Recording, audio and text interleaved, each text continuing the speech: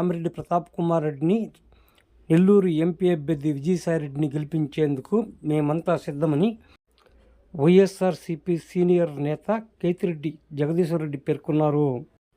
బుధవారం ముసునూరులోని పొడ్డిపాళెంలో ఇంటింటా ప్రచారం నిర్వహించడం జరిగింది. ఈ సందర్భంగా ప్రతి ఇంటికి వెళ్ళి ఫ్యాన్ గుర్తుకు ఓటేయాలని ఈ మేరకు డెమో నిర్వహించడం జరిగింది. పేద ప్రజల సంక్షేమం, అభివృద్ధి కోసం పోటీపడింది రాష్ట్ర ముఖ్యమంత్రి వైఎస్ జగన్మోహన్ రెడ్డి అని ఆయన పేర్కొన్నారు. మరోసారి రాష్ట్ర ముఖ్యమంత్రిగా వైఎస్ జగన్మోహన్ రెడ్డి గెలిపించేందుకు తామంతా సిద్ధంగా ఉన్నామని ఈ మేరకు ఆయన పేర్కొనడం జరిగింది. ఈ కార్యక్రమంలో వైసీపీ నేతల ప్రభాకర్ రెడ్డి, పూనూరు శివకుమార్ రెడ్డి తదితరులు పాల్గొన్నారు.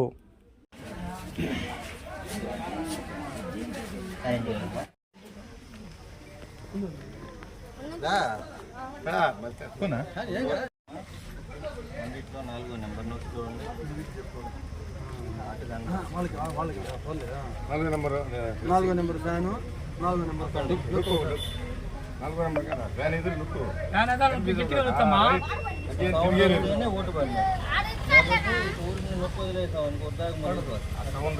చూడు నారాయణ రావడం పొందాము చూడు, మళ్ళీ పక్కింటికి పోయేదానికి లేదు.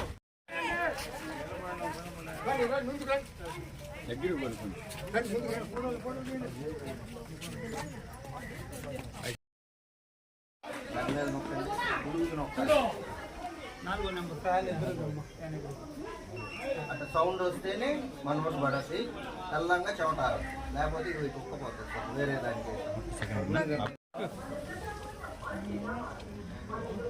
అట్లా సౌండ్ రావాలి, అటు వస్తేనే మన ఓటు పడద్ది, లేకపోతే పడదు. చల్లంగా గాలికి చల్లంగా ఉండాలి ఫ్యాన్. కావలి నియోజకవర్గ ప్రజలందరికీ వైఎస్ఆర్సీపీ పార్టీ తరఫున నా హృదయపూర్వక కృతజ్ఞతలు.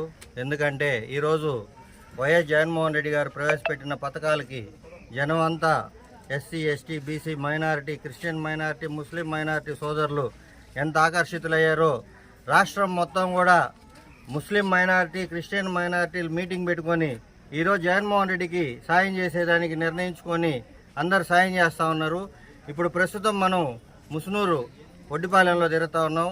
ఈ ఒడ్డెర క్యాస్ట్కి ఇప్పుడు దాకా ఎవరు ఈ కులాన్ని గుర్తించలేదు. మన వైఎస్ జగన్మోహన్ రెడ్డి గారు ఈ కులానికి సంబంధించి ఎమ్మెల్యే సీట్లు ఇచ్చారు.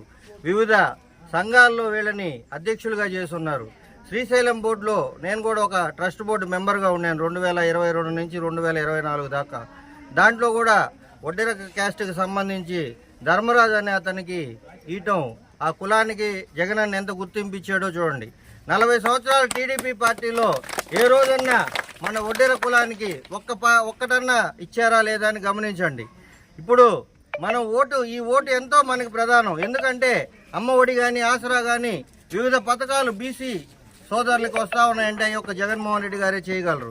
ఈరోజు వృద్ధులు ఈ 2 నెలలు ఎంత నరకయాతన అనుభవించారో వీళ్ళ ఉసురు తెలుగుదేశం కూటమికి ఖచ్చితంగా తగలద్ది. లేని మంచం మీద ఉన్న వాళ్ళని కూడా ఈరోజు నరకయాతనకు గురి చేసిన నిమ్మగడ్డ రమేష్ అనే తెలుగుదేశం కార్యకర్త, ఎక్స్ ఐఏఎస్ అని చెప్పుకుంటా ఉంటాడు, కానీ అతను చేసిన దురాగతానికి చాలా మంది వృద్ధులు ఈరోజు బలైపోయారు. ఈ పాపం ఊరికనే పోదు. రాబోయే 2024 మే 13 జరుగుతున్న ఎలక్షన్లో అత్యధిక మెజార్టీ, అత్యధిక సీట్లు ఇచ్చి ఆంధ్రప్రదేశ్లో మరొకసారి ముఖ్యమంత్రి జగన్మోహన్ రెడ్డిని గెలిపించేదానికి జనమంతా కృతనిశ్చయంతో ఉన్నారు. అదేవిధంగా మన కావలి నియోజకవర్గానికి సంబంధించి మన రామిరెడ్డి ప్రతాప్ కుమార్ రెడ్డి అన్న ప్రస్తుత ఎమ్మెల్యే గారిని 3వ హ్యాట్రిక్ విజయంతో ఆశీర్వదిస్తున్నారు, మంత్రి కాబోతున్నారని తెలియజేస్తూ అందరికీ నా హృదయపూర్వక ఎలక్షన్కి, ఈ సంగ్రామానికి వైఎస్ఆర్ కాంగ్రెస్ పార్టీ తరఫున మేమంతా సిద్ధం.